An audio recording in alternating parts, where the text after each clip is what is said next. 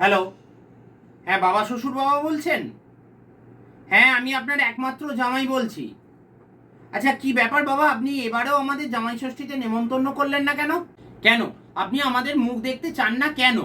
আপনার মেয়েকে আমি পালিয়ে নিয়ে গিয়ে বিয়ে করেছিলাম, এটাই আমার অপরাধ, তাই তো? কি করব বলুন? আপনি তো তখন কিছুতেই আপনার মেয়ের সাথে আমার বিয়ে দিতে রাজি হলেন না।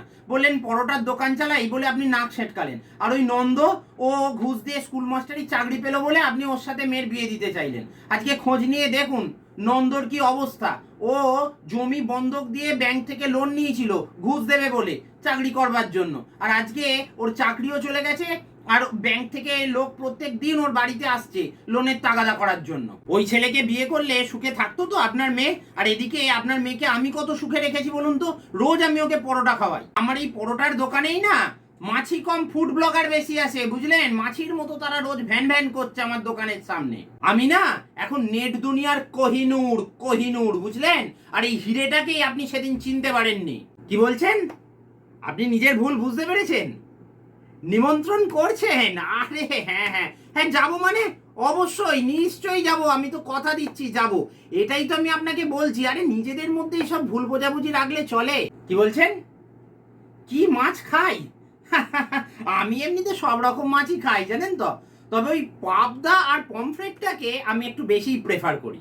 আর জামাই ষষ্ঠীতে তো ইলিশটা কম্পালসারি থাকি, ওটার কথা আর বলছি না। আর একটা কথা বাবা, হ্যাঁ বলছি, যা গরম পড়েছে না, আপনি আবার যেন ওই খাসি ফাসি এনে বসবেন না। কি বলছেন? মুরগি? আপনার নিজের তো একটা রেপুটেশন আছে নাকি? একমাত্র জামাইকে আপনি মুরগি খাওয়াবেন? পাড়ায় মুখ দেখাতে পারবেন আপনি? সরকার যেটু ভোরবেলা থেকে লাইন দিয়ে খাসি কিনবেন, আর আপনি গিয়ে কিনবেন মুরগি? শুনুন, আপনি বরং একটু কচি পাঁঠা নিয়ে আসবেন। আপনার মেয়ের মুখে শুনছিলাম আমার শাশুড়ি মানে কি কচি পাঁঠার ঝোল খুব দারুণ রাঁধেন। হ্যাঁ, ওনার হাতে রান্না খাওয়ার সৌভাগ্য তো আর হয়নি। তো এবারে জামাই ষষ্ঠীতে ওই কচি পাঁঠার ঝোলই একটু খাবো, বুঝলেন? বাঁশ কাঠি চালের ভাতের সাথে কচি পাঁঠার ঝোল খুব দারুণ লাগে, বুঝলেন?